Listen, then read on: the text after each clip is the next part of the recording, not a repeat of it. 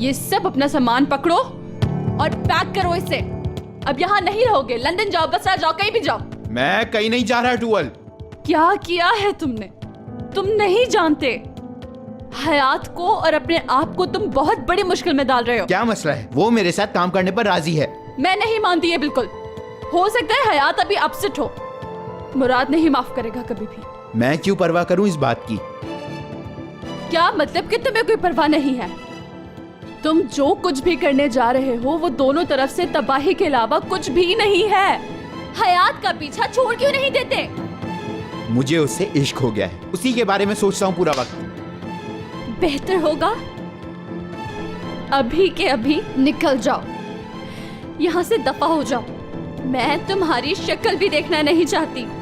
मैं जाऊंगा यहाँ से, लेकिन मैं हयात का साथ नहीं छोड़ूंगा, समझ गई? और याद रखना, उसके लिए हर किसी से लड़ जाऊंगा। भूल रहे हो कि वो शादीशुदा है। वो उस आदमी के साथ नहीं रहेगी। हाँ? बहुत बड़ी गलती हो गई।